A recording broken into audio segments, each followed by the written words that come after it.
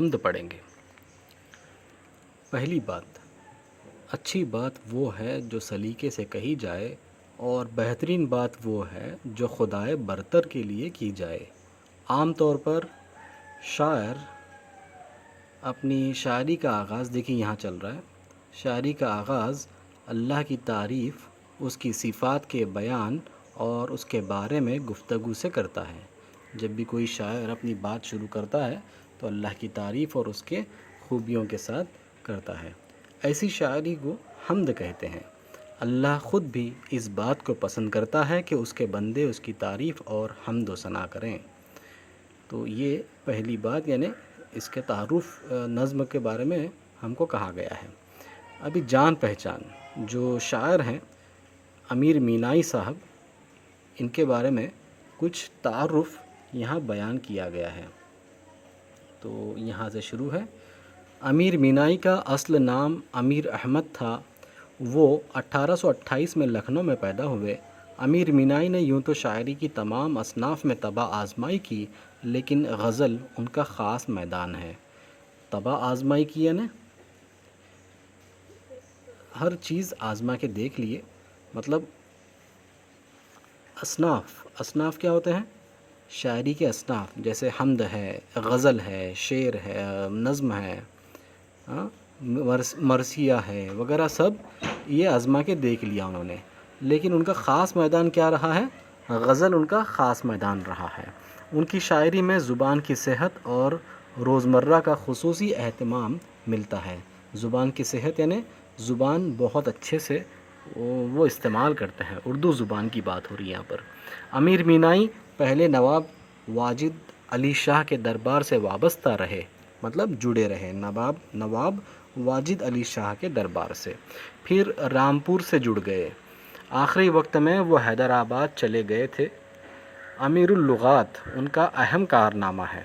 ان کی تصانیف مطلب ان کی کتابوں میں، مطلب ان کی اپنی لکھی ہوئی کتابوں میں میرات الغیب، صنم خانہ عشق، یہ ہے دیوان، نور تجلی اور ابر کرم، نعتیہ مصنوعیاں شامل ہیں۔ 1900 میں حیدرآباد میں ان کا انتقال ہوا۔ تو یہ ہے چھوٹا سا تعارف شاعر امیر مینائی صاحب کا۔ تو شروع کرتے ہیں ابھی نظم کیا ہے؟ حمد ہے۔ اوکے، تو یہ ہے پہلا شعر۔ دوسرا کون ہے جہاں تو ہے، کون جانے تجھے کہاں تو ہے، لاکھ پردوں میں تو ہے بے پردہ، 100 نشانوں میں بے نشاں تو ہے خلوت میں تو ہے جلوت میں، کہیں پناہ کہیں عیاں تو ہے، نہیں تیرے سوا یہاں کوئی میزباں تو ہے، مہمان تو ہے، رنگ تیرا چمن میں بو تیری، خوب دیکھا تو باغباں تو ہے، نہ مقام میں نہ لا مقام میں کچھ، جلوہ فرما یہاں وہاں تو ہے، محرم راز تو بہت ہیں امیر، محرم راز تو بہت ہیں امیر، جس کو کہتے ہیں رازداں تو ہے۔ تو یہ رہی غزل۔ ابھی اس میں کیا کہہ رہے ہیں شاعر؟ پہلے شعر میں کیا کہہ رہے ہیں؟ دوسرا کون ہے جہاں تو ہے، مطلب یہ سوال بھی ہے اور جواب بھی معلوم ہے، یعنی شاعر جانتے ہیں اس بات کو کہ کوئی دوسرا نہیں ہے جہاں تو ہے، جہاں تو یعنی اللہ کو کہہ رہے ہیں، جہاں تو ہے یہاں اور کوئی دوسرا نہیں ہے، کون جانے تجھے کہاں تو ہے، تجھے کون جانے، یعنی سب جانتے ہیں کہ تو کہاں ہے، یعنی ہر جگہ تو ہے۔ اب کہاں ہے اس کے بارے میں شاعر کہہ رہے ہیں، دیکھو، لاکھ پردوں میں تو ہے بے پردہ، 100 نشانوں میں بے نشاں تو ہے۔ ابھی اللہ کی تعریف جتنی بھی کی جائے اتنی کم ہے۔ لاکھ پردوں میں تو ہے بے پردہ، یعنی اللہ تعالیٰ لاکھ پردوں میں ہے، یعنی چھپا ہوا ہے، لیکن پھر بھی ہر طرح سے اس کی نشانی ظاہر ہوتی ہے۔ جیسے ہم کہتے ہیں کہ یہ تو اللہ کا کیا ہوا ہے، اللہ کے ہاتھ میں سب کچھ ہے، اس طرح سے ہر جگہ اگر غور کریں گے ہم، اللہ ہی اللہ ہم کو نظر آئے گا، لیکن ظاہر جیسے ہم دوسری چیزیں دیکھتے ہیں، انسانوں کو دیکھتے ہیں، ویسا ہم کو اللہ نہیں دکھیں گے، لیکن اگر غور کریں گے تو ہر چیز اللہ اس کے پیچھے ہے، یہ ہم کو نظر آئے گا۔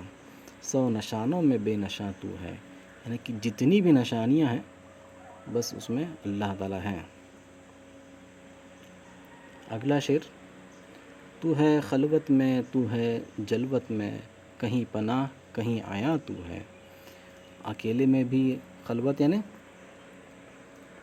اکیلے میں، تنہائی میں، تو ہے خلوت میں تو ہے جلوت میں، جلوت یعنی جہاں سب لوگ ہیں، ہاں، اور کہیں پناہ کہیں آیا تو ہے۔ اللہ تعالیٰ کہیں چھپا ہوا ہے، کہیں ظاہر ہے، ہر جگہ پر اللہ تعالیٰ ہے۔ نہیں تیرے سوا یہاں کوئی میزباں تو ہے، مہماں تو ہے، تو ہی میزباں ہے تو ہی مہماں ہے، تیرے سوا یہاں کوئی نہیں ہے۔ رنگ تیرا چمن میں بو تیری، خوب دیکھا تو باغباں تو ہے نا، چمن میں رنگ تیرا ہی ہے، بو تیری ہی ہے، دیکھا خوب دیکھا، دھیان سے دیکھا تو کیا سمجھ میں آیا کہ اس سارے چمن کا، یعنی سارے دنیا، ساری کائنات میں جو رنگ ہے، جو خوشبو ہے، یعنی جو کچھ رنگت ہے، وہ سب کے پیچھے، ان سب کے پیچھے اللہ تعالیٰ ہی ہیں۔ کیا کہا شاعر نے؟ باغباں کہا اللہ تعالیٰ کو۔ نہ مقام ہے نہ لا مقام ہے کچھ، جلوہ فرما یہاں وہاں تو ہے، ہر جگہ اللہ تعالیٰ ہی جلوہ فرما ہے۔ محرم راز تو بہت ہیں امیر، جس کو کہتے ہیں رازداں تو ہے۔ محرم راز تو بہت ہیں، یعنی راز کو رکھنے والے تو بہت ہیں، لیکن جس کو کہتے ہیں رازداں جس کو کہتے ہیں وہ بس تو ہے۔ اللہ تعالیٰ ہمارے راز رکھتے ہیں تو ہمیشہ بس وہ راز ہی رہتے ہیں۔ تو ابھی یہاں پر یہ تو ہوگا نظم، اب یہاں پر خلاصہ بھی دیا ہوا ہے، یہ خلاصہ ذرا دھیان سے پڑھیں گے تو اچھا رہے گا۔ اللہ تعالیٰ کی شان کوئی سمجھ نہیں سکتا، یعنی جو نظم ہم نے پڑھی ہے، حمد پڑھی ہے، اس کا ہی خلاصہ یہاں پر ہے۔ کیا کہنا چاہتے ہیں شاعر؟ اللہ تعالیٰ کی شان کوئی سمجھ نہیں سکتا، یہ عجیب بات ہے کہ لاکھ پردوں کے باوجود وہ ہر جگہ پہچانا جاتا ہے، ہر جگہ اس کے وجود کی نشانیاں ہیں، پھر بھی کوئی اس کا نشان بتا نہیں سکتا۔ جلوت و خلوت میں وہ موجود ہے، یعنی اس کی قدرت کہیں ظاہر ہے تو کہیں چھپی ہوئی ہے، ساری کائنات اسی کی کارکردگی ہے، کاریگری ہے، ساری نشانیاں اسی کی قدرت کو ظاہر کرتی ہیں، ہر جگہ وہی وہ ہے۔ اسے شاعر نے یوں کہا ہے کہ وہی مہماں ہے اور وہی میزباں ہیں، باغ جہاں میں رنگ رنگ کے پھول ہیں، ان کو رنگ اور خوشبو اللہ کی قدرت ہی سے ملے ہیں، وہ نہ مقام ہے اور نہ لا مقام ہے، پھر بھی وہ سب جگہ اپنا جلوہ دکھا رہا ہے۔ ٹھیک ہے، یہ اس کا خلاصہ ہے۔ اب دیکھیے یہاں پر معنی ہیں، اس کو اچھے سے یاد کر لینا ہے، اور اس کے بعد یہاں جان پہچان، اب مشقی سرگرمیاں ہیں، یہ مشقی سرگرمیاں ہیں، سب ہم کو اچھے سے پڑھنا ہے اور اس کو لکھ کر نکالنا ہے۔ جان پہچان کی مدد سے شاعر کی شب کی خاکے مکمل کیجیے، جیسے کہ شاعر کے بارے میں امیر مینائی جو لکھا ہوا یہاں پہ، امیر مینائی، ان کے بارے میں ہم کو لکھنا ہے، ان کا اصل نام کیا ہے، ٹھیک ہے۔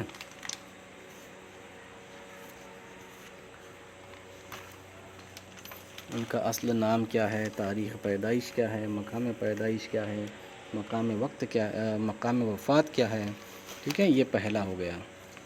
اس کے بعد دوسرا کیا ہے، امیر مینائی نے جو دیوان لکھے ہیں،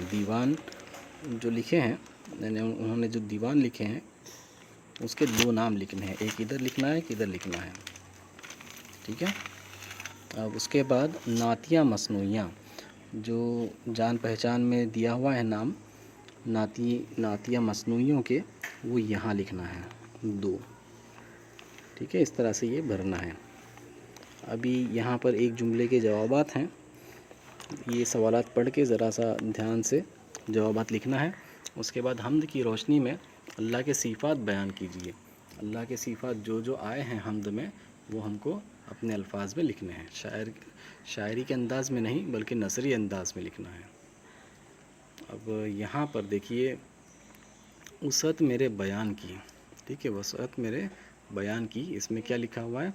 درج ذیل شعر کا مطلب بیان کیجیے۔ اب جو کچھ ہم نے خلاصہ کیا ہے اس کا، اس کی مدد سے آپ اس شعر کا مطلب اپنے الفاظ میں لکھ کے دکھائیں گے، ٹھیک ہے۔ اب تلاش و جستجو، اس میں کیا ہے؟ حمد سے متضاد الفاظ کی جوڑیاں تلاش کر کے لکھیے۔ متضاد الفاظ کیا ہوتے ہیں؟ جو ضدیں ہوتی ہیں، اس کی جوڑیاں لکھنا ہے۔ حمد سے صنعت مرات النظیر کا شعر تلاش کر کے لکھیے۔ اب صنعت مرات النظیر کیا ہے؟ چلو دیکھتے ہیں، یہاں اگلے پیج پر ہم کو صنعت مرات النظیر دیا گیا ہے۔ دیکھیے یہاں ایک شعر دیا ہوا ہے، صنعت مرات النظیر۔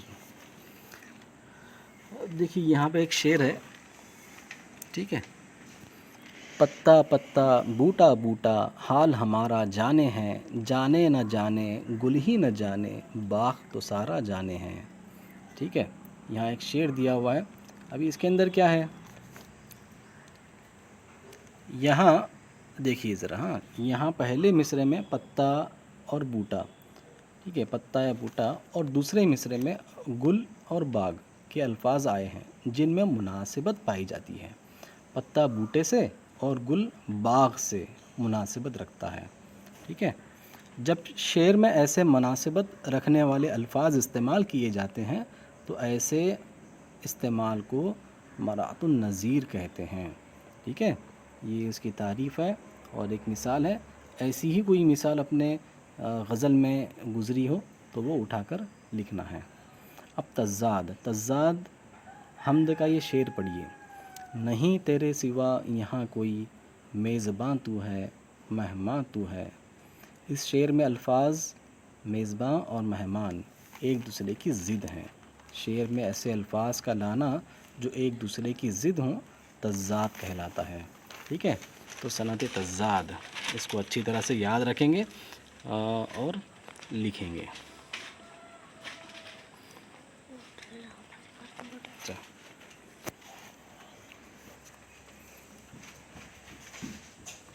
اب اگلا جو ہے دیکھیے، حمد سے قافیوں کی فہرست تیار کیجیے۔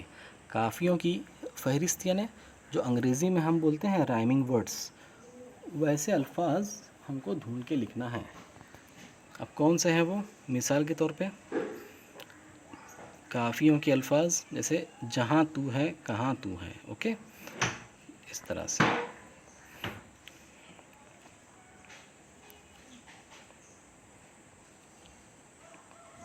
جس کو کہتے ہیں رازداں تو ہے، یہ ایک مصرع حمد سے لیا گیا ہے۔ جس کو کہتے ہیں رازداں تو ہے، اس مصرعے کے حوالے سے اللہ تعالیٰ کی جو صفت ظاہر ہو رہی ہے اسے بیان کیجئے، ٹھیک ہے۔ اپنے الفاظ میں اس کو لکھنا ہے، ٹھیک ہے۔ اس طرح سے اور بھی کئی نظمیں ہم کو ملتی ہیں وغیرہ، تو ان کو لکھنا ہے۔ جیسے کہ یہاں پر لکھا گیا ہے، اسکول کی لائبریری سے چند مشہور لغات تلاش کر کے ان کے نام لکھیے۔ اور جب اسکول شروع ہوگی تب آئیے اور دیکھیے، مشہور شعراء کے حمدیہ کلام کا مطالعہ کیجیے۔ جتنے بھی مشہور شعراء ہیں انہوں نے حمد لکھی ہیں، ان کے کلام کا ہم کو مطالعہ کرنا ہے، انہیں پڑھنا ہے، ٹھیک ہے۔ ابھی یہاں پہ کیا ہے دیکھیے، ایک اضافی معلومات کا سیکشن ہے، ایک حصہ ہے، یہ ہم پڑھ رہے ہیں۔ امیر اللغات، امیر احمد مینائی نے رامپور میں اپنے قیام کے دوران اردو کی ایک جامع اور جدید لغت تیار کرنے کا منصوبہ بنایا تھا۔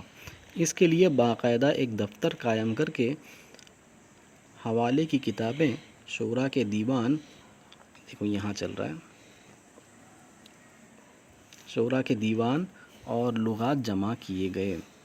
لغت کا نام امیر اللغات رکھا رکھا گیا اور 1889 میں سے اس پرت ریزی سے کام شروع کیا گیا۔ لغت کا کام پھیلتا گیا۔ امیر مینائی کو توقع تھی کہ ملک کے رئیس اس کام میں ان کی مالی مدد کریں گے، مگر ان کی یہ توقع پوری نہ ہوئی۔ اب ان کی صحت بھی خراب رہنے لگی تھی۔ 1891 اور 1892 عیسوی میں بڑی تختی پر امیر اللغات کی 2 جلدیں شائع ہوئیں۔ اس کے بعد یہ سلسلہ رک گیا۔ مسودے کی شکل میں امیر اللغات کی 28 جلدیں فرہنگ حامدیہ کے نام سے رضا لائبریری رامپور میں محفوظ ہیں۔ تو اس طرح سے ہم نے اس سبق کا، اس حمد کا مطالعہ اچھی سے کیا ہے۔